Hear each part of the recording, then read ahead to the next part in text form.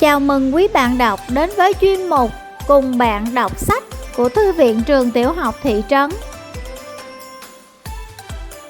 Xin chào các bạn, mình là Nguyễn Trí Tâm, học sinh lớp 4 năm. Còn mình là Nguyễn Thanh Tú, học sinh lớp 4 năm. Hôm nay chúng mình sẽ cùng nhau đọc quyển sách Sự tích quả dưa hấu. Quyển sách này thuộc dạng song ngữ Việt Anh. Chúng mình cùng nhau đọc phần tiếng Anh nhé.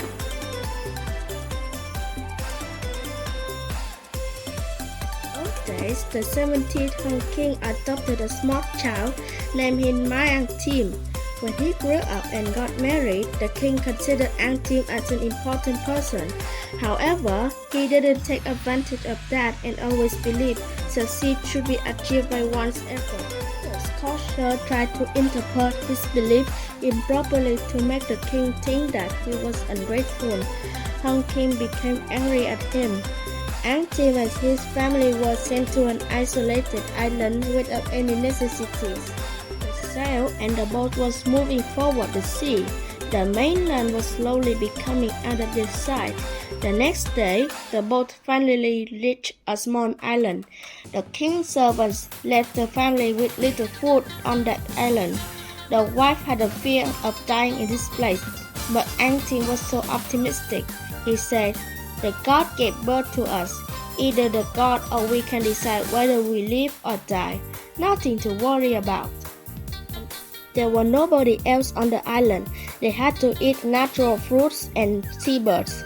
They grew some kinds of fruits, caught birds, found grass, and butter for food. Gradually, those creatures widely avoided his trap, and fruits were only available seasonally.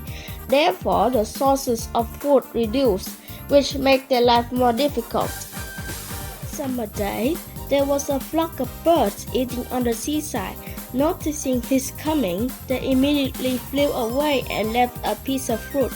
It was red and there were a lot of black seeds. He thought, if birds eat this fruit, humans can also eat. Then he took those seeds home to plant. Tim and his wife watered the plants every day. After a short time, the unusual plants started to sprout and grew into bigger green fruits. One day, a flock of birds came on the garden and ate the green fruits. When they flew away, Tim realized that the fruit was ripe.